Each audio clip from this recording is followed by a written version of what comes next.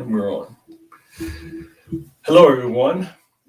I'd like to welcome you all to this third channeling of the Prophet Muhammad. All the questions tonight have been presented by members of the Muslim faith. Connie and I are honored that the spirit of the Prophet Muhammad has selected us to bring you his contemporary messages.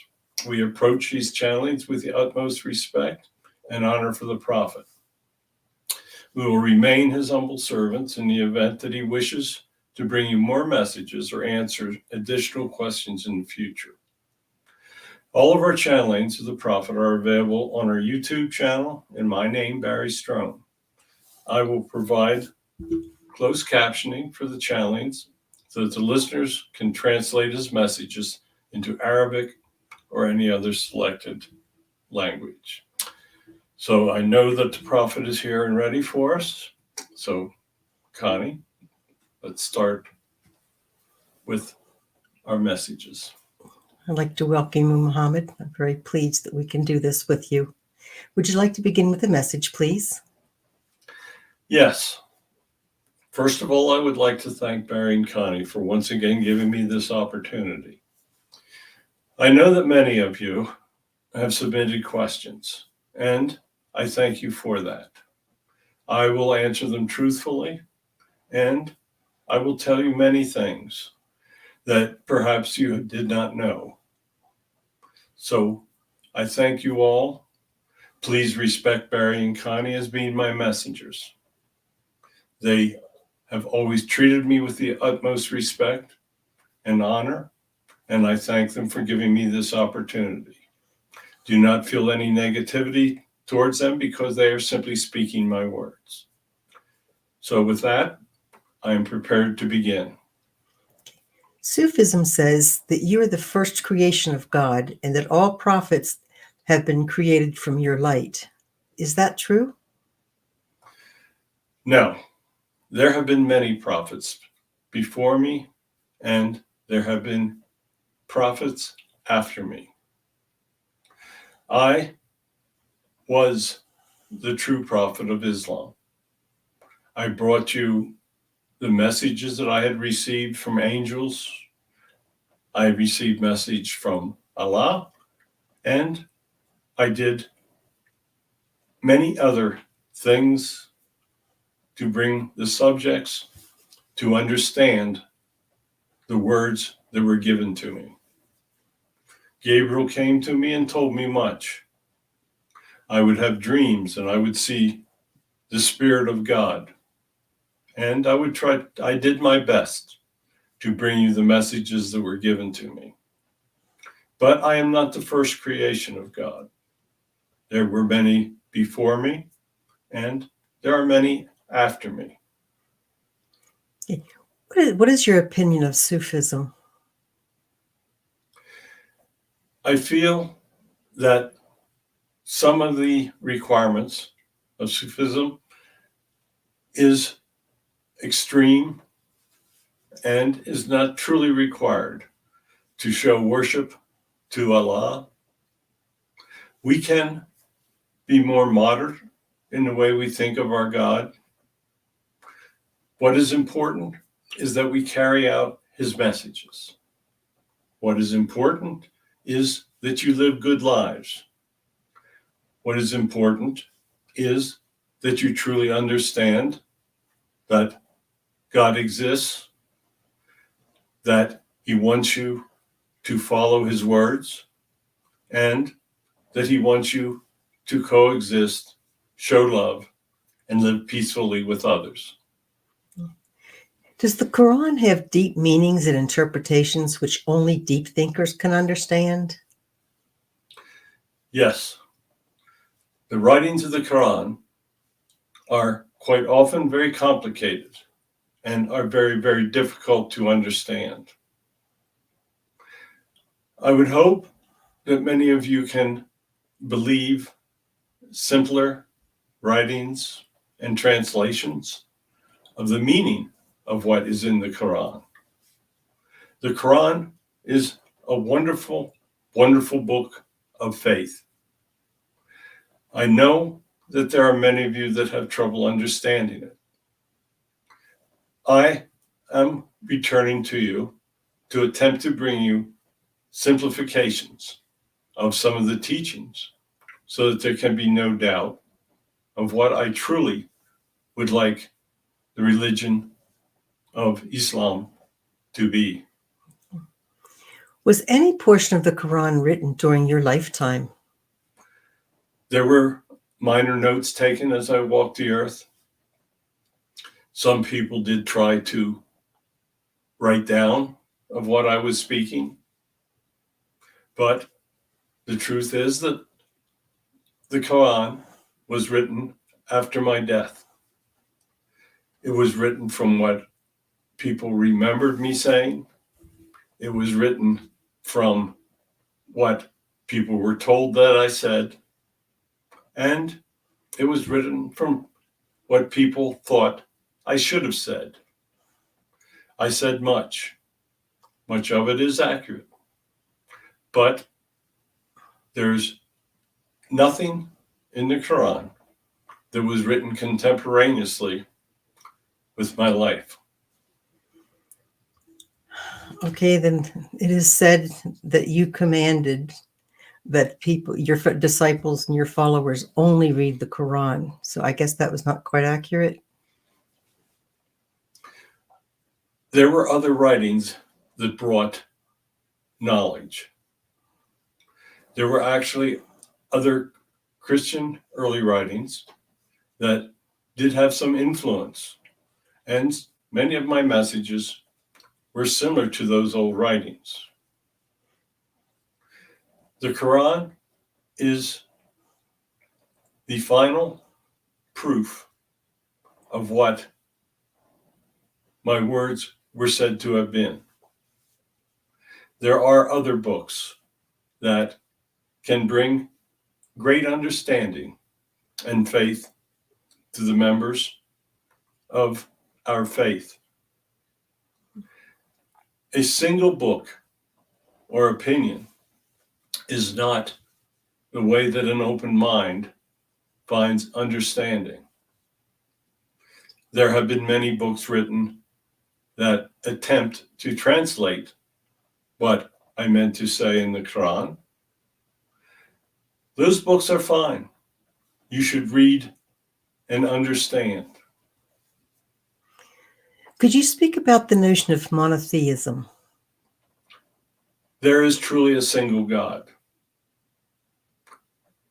I refer to our God as Allah. Other people refer to him simply as God. Some refer to him as the source. But I assure you, especially now since I'm on the other side, that there is a single energy of God, and that God permeates all of the religions of the world. God is very real. His existence is unquestioned. If you pray to Allah, you are praying to the one God. Never believe that there are other gods or symbols that should be worshipped. Is it true that you said you were the last messenger? No, I was a messenger. When I lived, I did not truly understand all of the concepts of multiple messengers returning to speak the words of God. Allah wants you to understand that teachings of love and coexistence can be very simple. He wants you to understand that these words are to be understood. He wants you to know that there are others that are speaking his words. Barry is now speaking my words. That makes him a messenger for me. Understand that there are people that are gifted to be able to speak the words of God or of his messengers. I was a true messenger of God. Have no doubts. Know that I spoke his words. Know that there were many words that I did not learn until I returned back to his heaven. But know now that I speak to you with a universal language that can only come from being present in his heaven and by being close to his energies. Could you describe the living conditions of the people at the time that you walked the earth? When I walked the earth, it was a very, very chaotic time. There were people of Arab descent that were worshiping many gods. There were people that were worshiping a single god. The Romans knew of many gods. I was unique in preaching of the fact that Allah was the one and true God. It was a time where there was much violence. We all did many things that perhaps we should not have done. There were people that were plotting to kill me. There were people attempting to kill my followers. And there was much evil in the world. In order to overcome evil, it is often required that you must use violence. I would have hoped that I could have used reason with many of the people that objected to the words I was speaking, but I often had to resort to violence. The times were very difficult. There was no social net for people.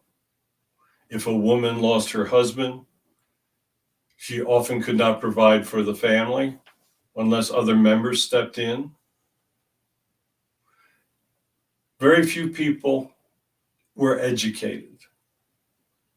There were those that did have the ability to read and write, but very few of the people had any understanding of the other cultures that often surrounded them. You're living in a very difficult time now, but much of the problems that you are having can be traced to the growth of evil, to the effects of technologies among the young. Many would rather have their cell phones or other devices than they would pay attention to the teachings of Allah. It is always a difficult time. Difficult times have been throughout history, and the difficulties only change to the circumstances. But you will find that it is the evil energies that provide the most problems for humans in their evolution. Yeah. Have you ever lived any human lives before or after you walked the earth as Muhammad? No, I was only sent back a single time to attempt to spread the words of Allah and to preach the words that would lead to the great faith of Islam. I would return should God wish me to do so, but he has trusted other messengers to try to carry out his words, and my return has not been necessary. That is not to say there will not be a time in the future that I would return. Yeah.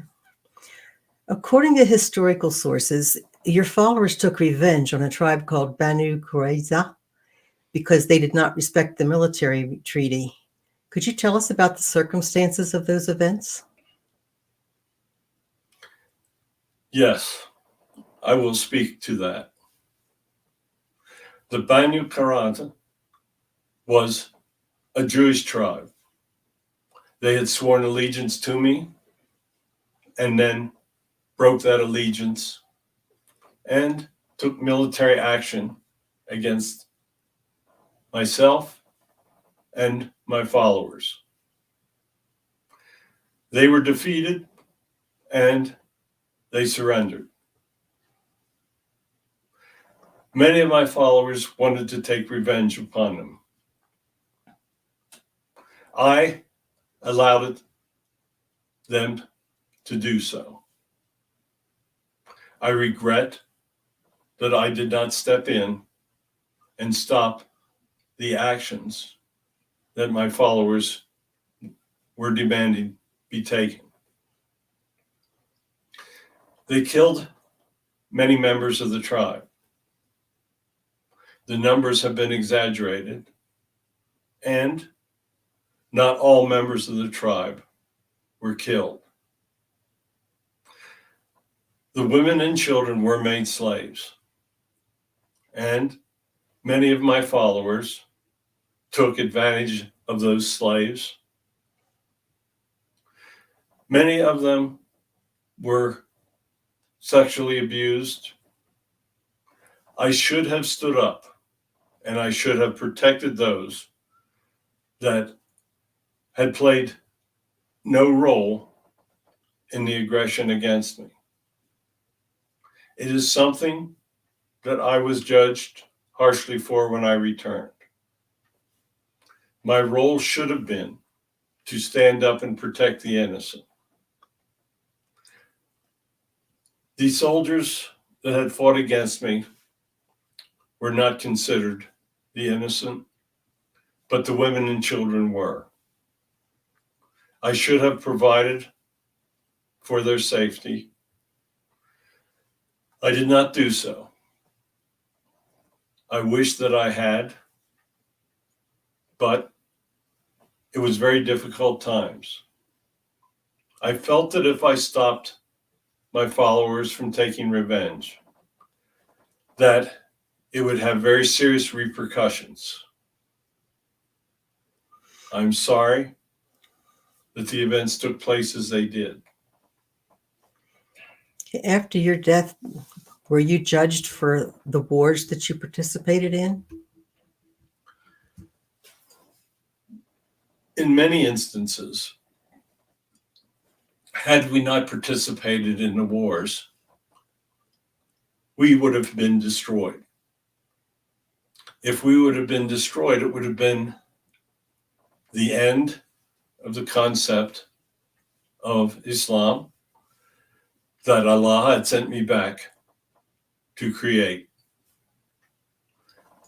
In those days, violence was often necessary to protect the innocent and to fulfill roles that were required in order to further the words that I was speaking.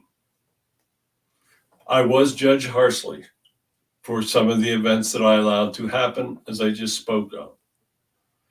But in those days, violence was required in order to achieve the end of creating a religion that has served billions through the years. When you walked the earth, did Christians oppose you? No. Generally, Christians did not oppose me. They did not create forces against me. Members of the Jewish faith, as we had just discussed, did take arms against me. We always considered that Jesus was a prophet. I respected the teachings of the Christians. They were not a large force in the area, but even though there may have been some certain individuals that did not agree with the words that I was speaking, they did not take forcible measures against me, and I did not take forcible measures against them. Surat al-Tabwa states that Arab pagans, as well as Christians and Jews, are to be attacked. Other statements appear to be a recipe for jihad. Are those your teachings? Those words do not reflect the pure teachings that I tried to bring to my people. I know that people have got to get along. I know that there are many that feel incredible resentment towards Christians and Jews. If humans are going to truly advance and evolve, they must learn to coexist. Many of my followers were very bitter towards the Jewish people and towards the Christian community because in many ways their teachings differed from the words of which I spoke. Many felt that the true answer for the Islam faith to advance and to have great power was to take physical actions against the other religions. In some ways, I probably contributed to that feeling, but now that I am on the other side, I truly understand that love and coexistence are the true teachings of God. What would you say to those who use these teachings to promote jihad? I would tell them that they need to step back and understand that coexistence can only happen through love and understanding. Many individuals I know feel that members of any faith other than Islam should be killed. That is not the way of a peaceful God. Well, now that I'm over here, I truly understand that it is only through love and understanding and coexistence that all members of the world can get along and truly learn how God would wish humans to evolve. Okay, there are many texts in the Quran that describe physical torture in hell. Are those words part of your teachings? We did speak of that. The Christian church at the time was speaking of hell and physical tortures. Many of the people of whom I was working with believed in a similar situation for souls that had sinned or spoke against Allah or were trying to defeat the Islamic faith. Is hell real? No. Now that I'm on the other side, I truly understand. There is no place of fire and torture. That was the only way we could conceive of a place of total, shall we say, hell that people could understand. There is a level of heaven where evil souls are sent. I truly understand this now. It is a realm of nothingness, and it is a place that should be truly avoided. Evil souls go to this space. It is up to the Supreme Being to decide when these souls are allowed to come out, and then they will pay the karma for the evil that they did. Did you talk in your teachings about the Day of Judgment? Yes. Once again, there were teachings in the Christian faith of a day of judgment, a day of retribution, and a day basically of atonement. I thought that many of the messages I was receiving were quite similar to that message. I did speak of a day of judgment, and when you pass and come into the realms of heaven, your soul will be judged. The judgment will come in heaven and not on earth. Yeah. Is the energy of God present in all humans? Absolutely. I did not truly understand this as we walk the earth, but now that I'm on this side, I can tell you that there is a small portion of God in everyone's heart. They may not realize it and they may try to ignore it, but it is a fact that God is in all human beings.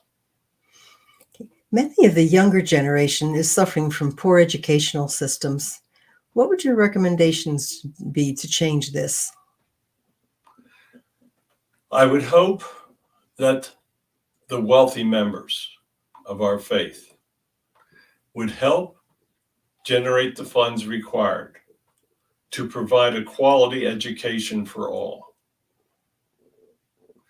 I know that there are many that feel that the young should only be educated in the ways of the teachings of the written words of our religion.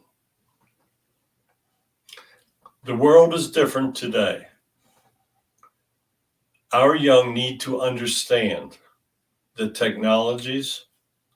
They need to understand the history of what went before them.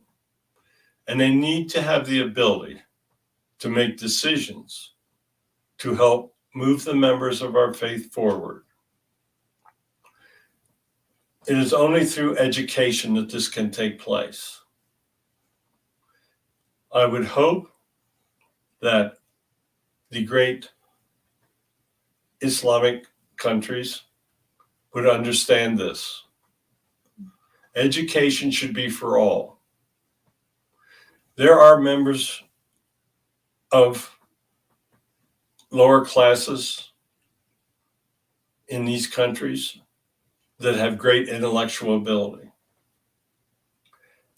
Those abilities should be nurtured, and those individuals should help lead the countries forward into the future, and that can only take place through a solid educational system.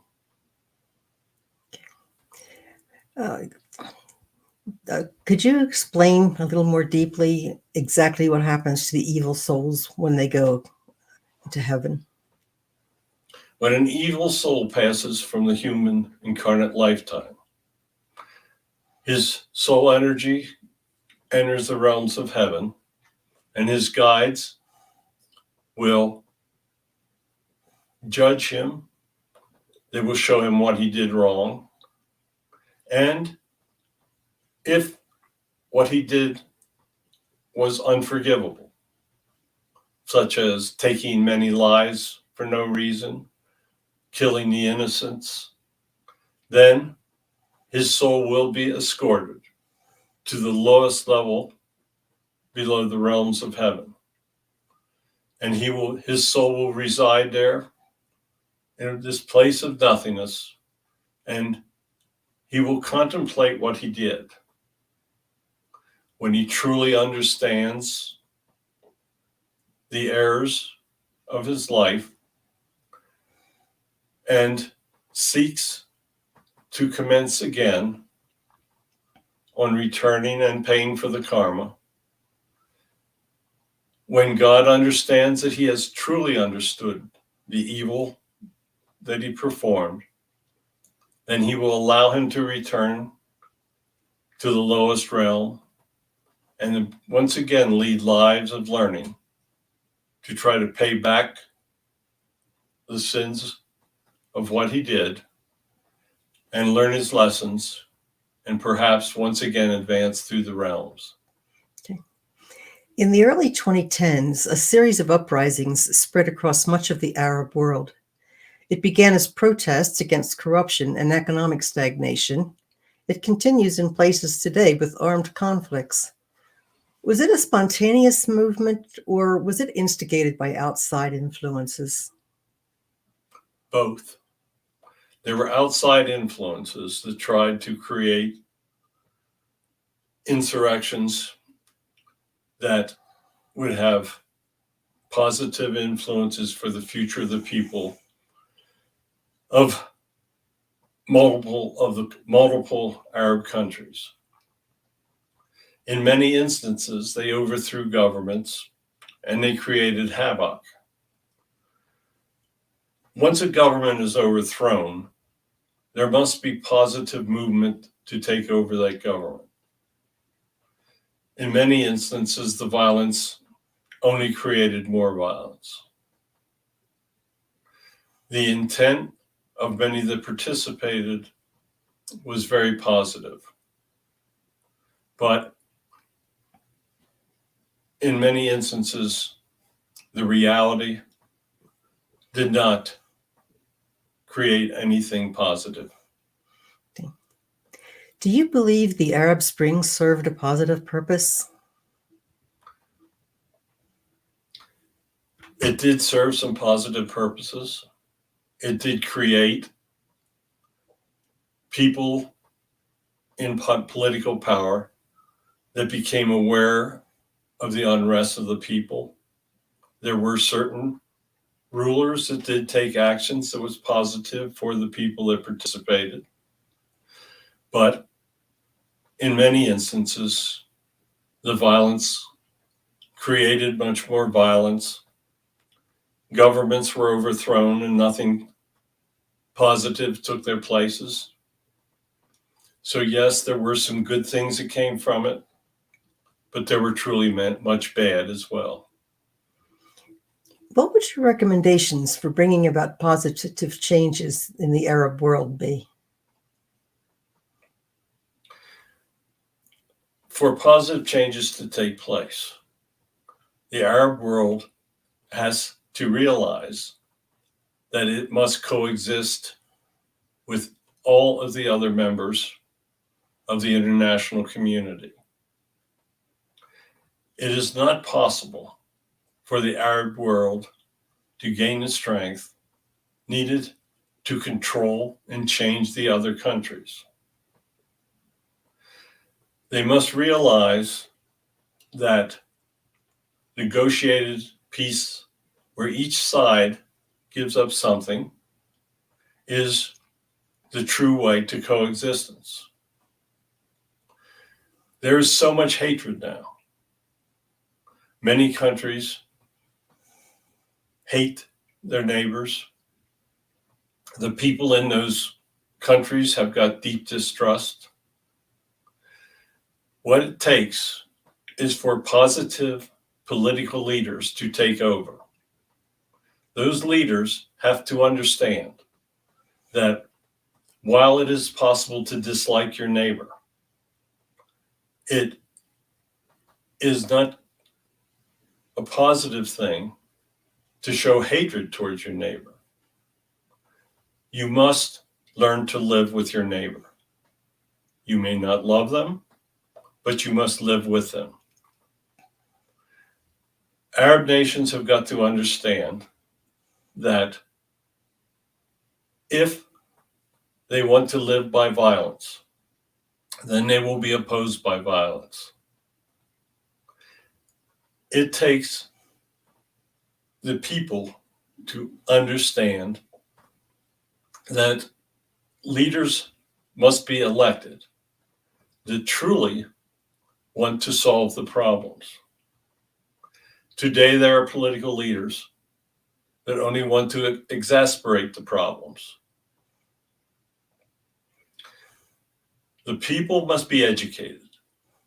They must understand what it takes to get along. And they must truly understand that violence alone is not the answer.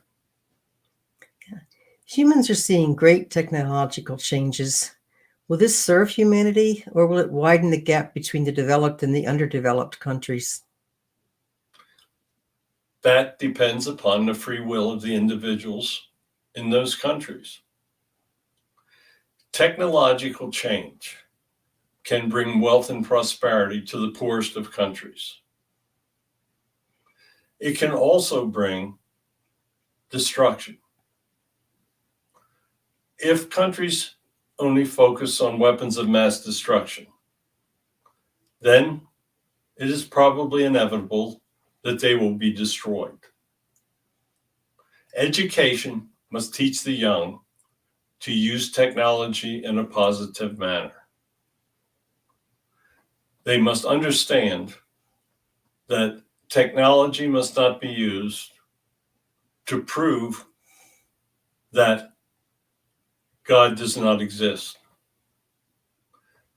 Technology must be combined with the understanding that there truly is a God and that the words of the one God will give direction to coexistence and understanding. There are many who believe that the current plans for mass vaccinations is a plan to destroy humanity. Would you give us your thoughts on this? There is no doubt that the pharmaceutical companies are using the fear of the pandemic to make great amounts of money and wealth. However, there is some good to be learned from the vaccines. I am not aware of any universal action to end humanity through the use of these vaccines. There are indeed side effects, and there are indeed people that are allergic to these vaccines. But on a whole, the use of these vaccines can provide safety for the people and can prevent widespread death. But you must be aware that there are people that are using the fear of the pandemic to gain great personal wealth and power. Yes. Muhammad, do you think the Earth's resources are enough for the billions of more human spirits to come in the coming centuries? Souls come and go from heaven. Some come to lifetimes on earth and decide not to return.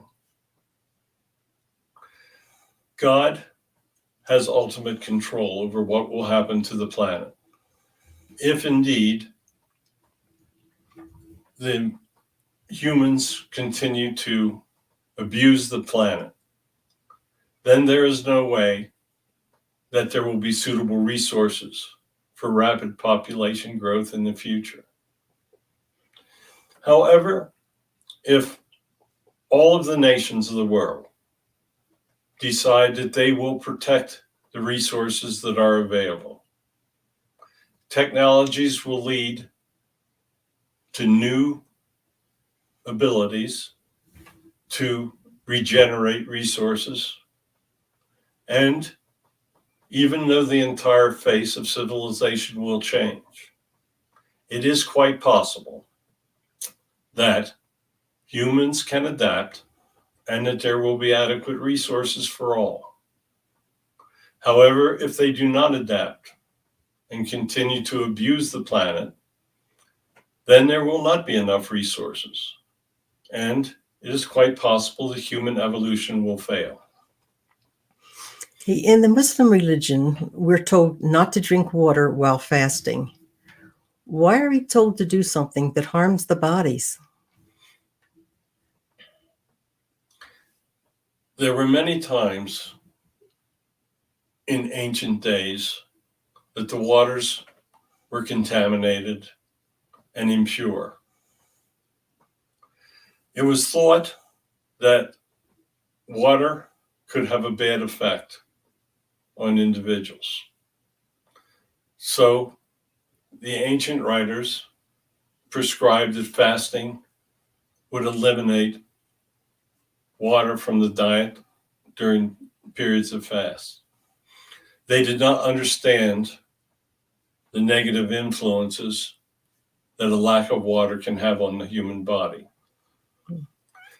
Today, it is understood that water is a requirement, and the teaching should adapt to modern day understanding.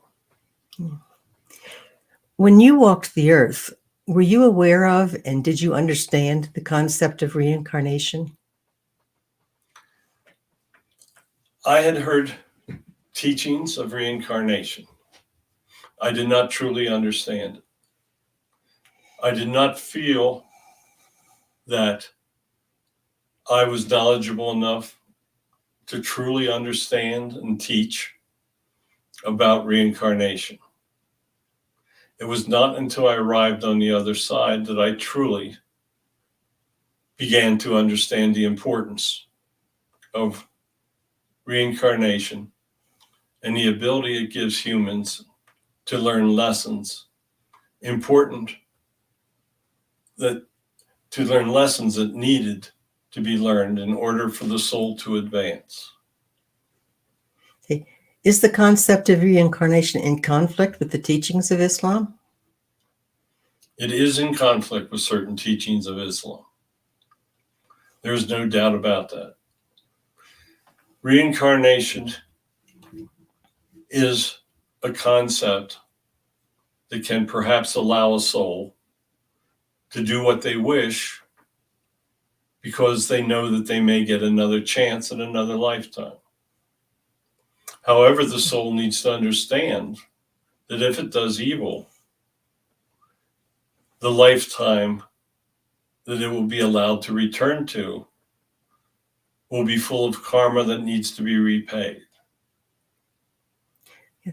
Why is the adopted child not entitled to inherit in Islam or take the title of his adoptive parents? It was an ancient tradition that wealth would be passed through the direct line of descendants in a family. The concept of adoption was one that descendants feared would interrupt the flow of inheritance. Today, adoption is much different. The flow of inheritance is a different concept today than it was in my time.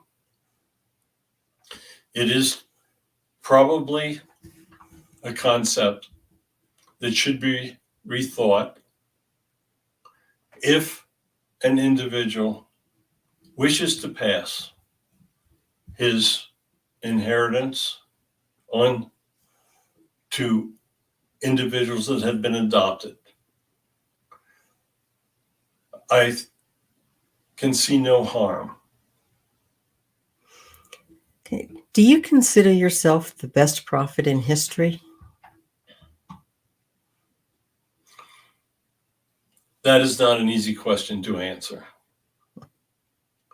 I consider that I served the people of the Middle East as best as I could serve them. I gave them a foundation of understanding that created the Islamic faith in the idea of a single God.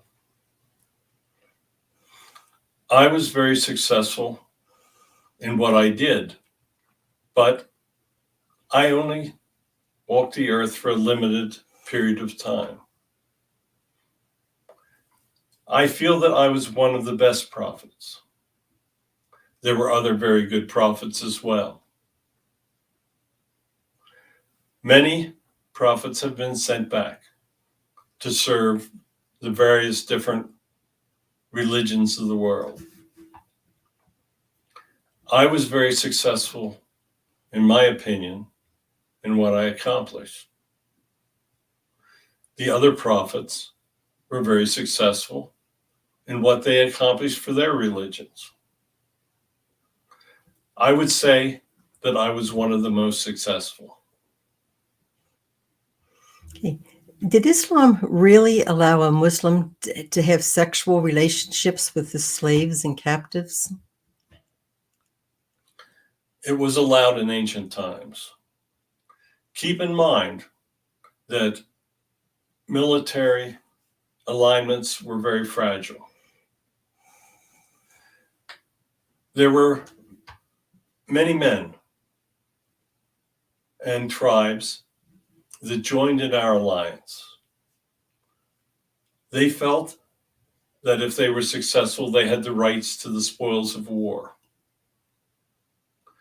What they did was not what should have been done. Had I stopped them from participating in the spoils of victory, many of them would have left and would not have supported my movement. I had to make some very difficult decisions, and allowing such enjoyment of the captives was not what we should have done, but it was done out of necessity.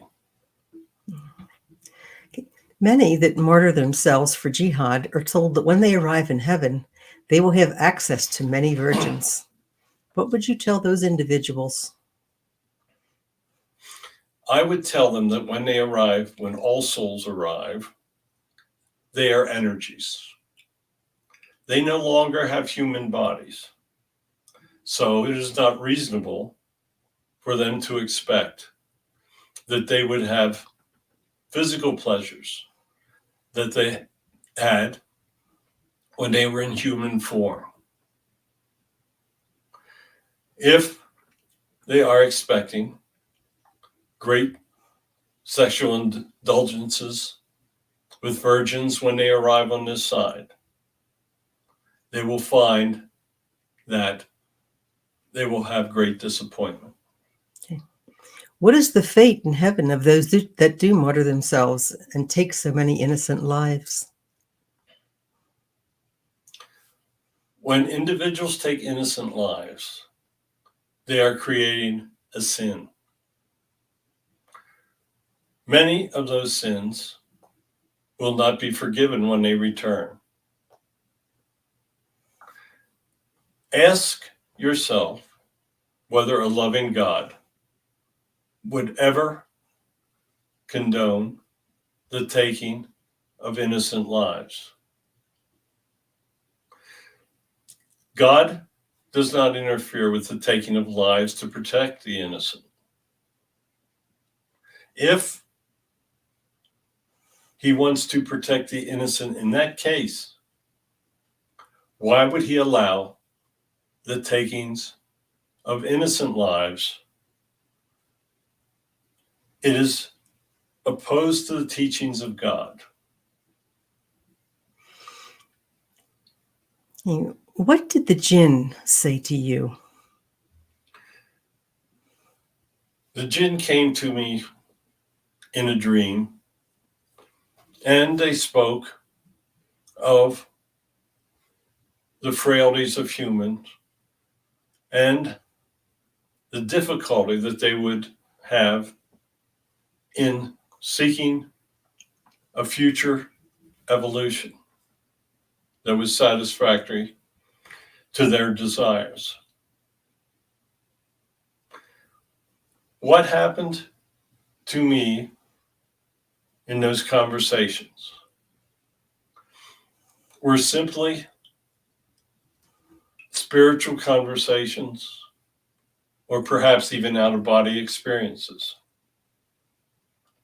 They tried to give me advice onto what information I should give to my followers.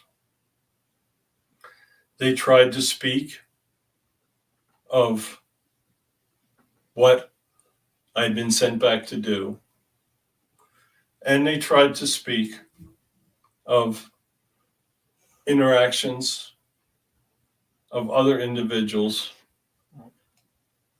from other planets as well. Okay. If a Muslim does not pray regularly, are his prayers heard, and will he be punished by God? All prayers are heard.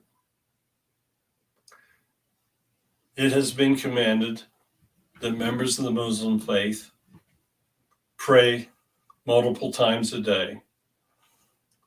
Those prayers are heard, and if those prayers do not interfere with life plans, it is possible that they can be answered. Individuals that pray less often are heard less often. Individuals that pray more have more messages to be heard and more requests. So it is logical that those people would have a better chance of having their prayers answered. However, there are many individuals that do not pray as often. Those prayers are heard and will be determined whether they can be answered. Hey, could you tell us of your current status in heaven, and are you in the presence of God or Allah? I am in the 7th level of heaven. That is the highest realm available, and that is the realm from which messengers are dispatched. I am in the presence of the energy of God. When he wants me to try to influence, he will ask me to do so. If there's ever a time that he asks me to return to Earth to carry out a mission, I will do so. But I am truly in the highest level and in the presence of God. What do you feel will be the effect on Islam of the emergence of secularism in Saudi Arabia? Secularism will undermine the worship of God. I know that there are many people that think technology and secularism go hand in hand. That is not true. You can have technological advances and advance yourself in the teachings of Allah or the one God. Secularism generally leads to individuals drawing away from God. They no longer believe in the sanctity of life. They feel that they can take the life of the unborn child in many instances. These are teachings in contrast to the words of God.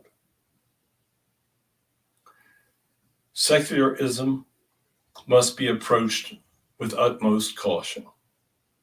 Yes. Does what is happening in Saudi Arabia currently mean the end of the existence of the Wahhabi sect? It will put pressure on the Wahhabi sect. They do not believe that they should advance with modern technologies. I would tell them that they need to compromise their beliefs and realize that they must compete with the modern cultures of the world. What was truthful in the 7th century is in many ways not helpful or truthful today. What members of Islam should do is understand the world around them. Use the teachings that they know in their heart of our religion and use them to pursue policies that will help them advance and remain competitive with all of the other countries. The Quran states that there were those of your companions whose faith was not pure and are referred to as hypocrites. Who are the hypocrites often mentioned in the Quran? There were many that were following me that were saying that they were fervent members and believers in the words I was speaking. But they were following me to enjoy the spoils or the power that was coming as we became more and more successful. Some of my closest followers would often have doubts. I knew and understood that. And I also realized that I needed their help and that even though their belief systems might have been much more shallow than mine, they were still faithful servants. Many believed that individuals of my time had to have 100% faith and following. There were many that had doubts. Keep in mind that many of my followers had pursued multiple gods before they swore allegiance to me. It is only natural that they would have had some doubts in the words that I was speaking. We pointed this out, and I would speak to them about it. So, just as there are many today that speak the words and say the prayers, and then go and do things contrary to the teachings that were outlined, so they were in my time as well. And they still are in many religions. Why were there no holy books that were written after the Quran? The ancients felt that the Quran was the only source that was needed of faith. There were other writings. There were biographies, hadith. There were many things. There were other places where words were written. But the leaders of the Islamic faith felt that the Quran was the primary source of my teachings and that no more would be needed. Upon my passing, my words were never again spoken by me. So the leaders felt that since my words were ended, all that was needed existed in the Holy Quran. What was the age of Aisha at the time that you married her? Keep in mind that marriage traditions were much different. In my time, marriages were often done for political affiliations. Aisha was the daughter of my close friend and ally. When I married Aisha, she was still a child of 7 years old. We did not consummate the marriage until she reached puberty. But technically, I did marry her to solidify the relationship between Abu and myself at that early age. Could you describe the wedding rituals in your time? Was there singing? Was there music? Yes, we celebrated a marriage. It was a time of joy for us because it was to bring two souls together that would live, raise families, and pursue their religious faith together. We had a simple service. We would pronounce our love for one another. The families would be present.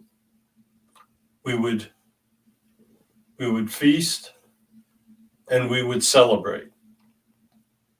There was music and there was dance. Okay. Was Aisha the love of your life? Yes. As I progressed in age, I did have multiple wives. Many of the women that I chose were widowed and would have no means of support. So I took them into my family so they would have support. I did truly love my first wife, and we were married many years. But I did fall deeply in love with Aisha. She was a brilliant, understanding person, and I would consider her the love of my life. Okay. What would you tell us about her role after your passing? She became very active in trying to lead the people in what she believed were my true teachings. She even became involved in some of the wars that ensued. She was very active. She tried to put into writings much of what she felt were my teachings. She did much to advance the Islam faith after my passing. After your passing, your followers were divided into two parts. What did you think as you watched this take place from heaven? I was very saddened. I felt in life that all of them were united in their beliefs in my teachings. I was amiss in not picking leadership to take place. My death came fairly rapidly. I had a fever and a great sickness, and it interrupted a lot of my plans. I should have taken time to simply say who my leaders would be going forward and what individuals I felt would do the best job. Sadly, that did not take place. Yeah. What did you envision as the role of women in Islam?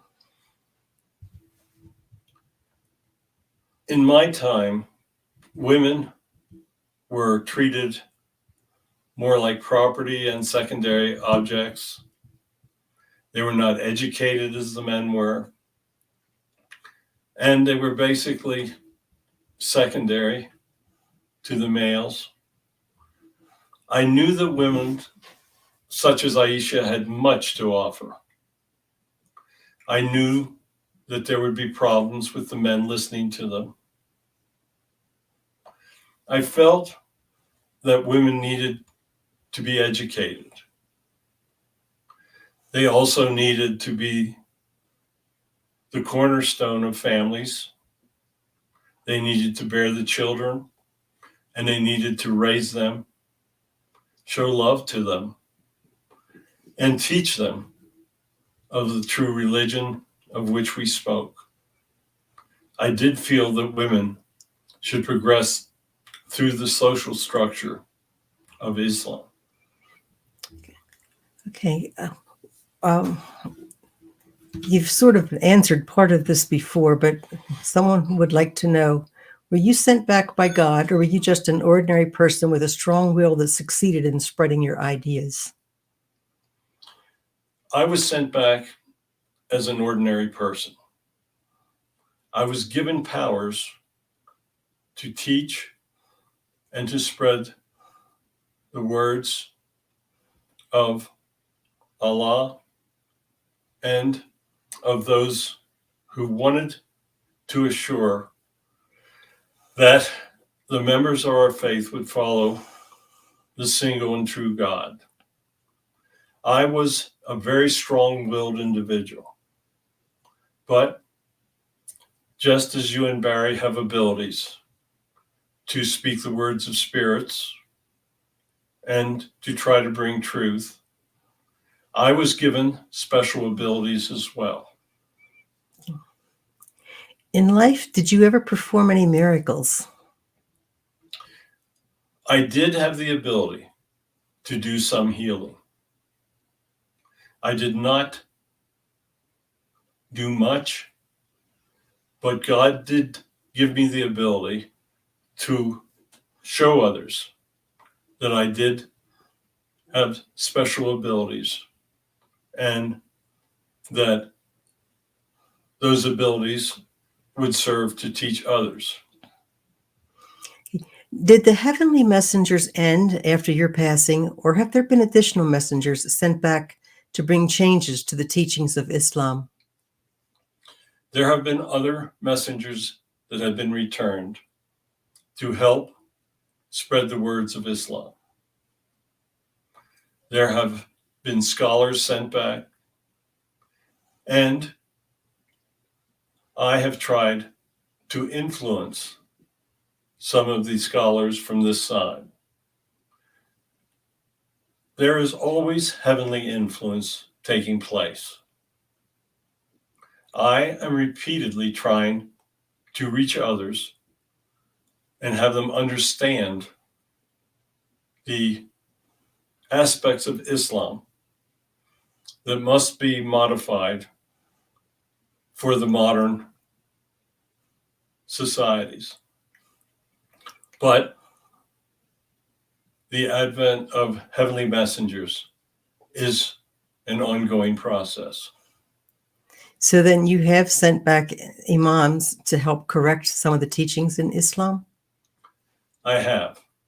There have been messengers sent back. They have tried, and many have succeeded. As you know, Islam is one of the world's great religions. So The leaders have done, in many instances, what they have been sent back to do. Okay. What do you say to those who regard politics and democracy as contrary to your teachings because they separate politics from religion? In the modern society, it becomes very difficult to separate politics from religion. As modern politicians gain in power, they have the ability to affect what takes place in many of the religions. I know you're seeing today in the Catholic Church a pope that is very politically oriented. That can be good, and it can be very bad. Sometimes politics are in direct contrast with religion. You're seeing problems in the United States where politics are trying to affect the freedom of religion. So there are many instances where it is impossible to separate the two. Yes. We find in the Quran several verses that say that anyone who doesn't believe your message of Islam, even though he does good deeds, will be punished by God in hell forever. I think I know the answer to this, but did you really say that? That was added to the Quran after my passing. That is not the way of things. There are many people of different religions that do great things. They help many. There are billionaires that give their money to help others. They are members of all of the world's great religions. When they return home, they are judged in a very positive manner for all the good that they do. People can do great things in Islam. They can do great things in Christianity, Buddhism, Hinduism. All of the great religions have got individuals that do great things, and they will be rewarded when they return to the realms. Why are some innocent children born with a chronic disease or a disability that makes their lives so difficult? In those instances, that soul has got a lesson to learn. They have got to learn what it is to live with a disability, and they have to learn how to defeat that disability, live as normal a life as possible, and still do good to others. While it seems very cruel, it is still a part of a life plan with lessons that the soul must learn. So, what good deeds have you done on earth that you are now happy and proud of? I am proud that I helped found one of the greatest religions of the world. People listened to my words, they followed them, and they created a religion that contains some of the most beautiful souls and human individuals walking the earth. My religion that I created is truly one of the world's greatest religions. That is my greatest accomplishment. I may have done some things of which I am not proud, but the lasting effect that my words had on the people of the Middle East, that is what I am truly most proud of. Okay. Do you have any final words for our listeners? Yes, I would thank you much for submitting these questions. Some of them are very difficult. I answered them honestly, and I answered them how I felt would best guide individuals in living a life and of following the Islamic faith and letting them progress and compete with all of the modern societies. Individual souls have to progress. That is why you are sent back to an incarnate life, to learn lessons so that your soul can advance. I want you to truly understand that there is a single God. He watches over all. He has ultimate strength, but he is going to give all souls the free will to do as they please. I would hope that many of you out there use your free will to follow the Islamic faith, to show love to others, solve the problems of the world, learn that you must live with your neighbors, understand that great violence will simply lead to the end of human evolution. If you wish me to return again to speak through Barry, I will be happy to do so. I thank you for this opportunity. Know that God is great. Know he is real, and know that I am a true servant of Allah. Know that I will continue to do the best that I can to lead people to our wonderful faith and to help people evolve and to live wonderful, happy lives. God is great. I love all of you. And if you wish, I will return again. Thank you, Barry and Connie. Thank you, Muhammad. That was wonderful. Yes, thank you so much for all this. I have been trying to learn as much of the Islamic faith as possible. I have great faith. I know that the one God and Muhammad speak of wonderful things. And I know that many of you out there are incredible people. So thank you so much. If you wish me to do this again, I will be happy to do it.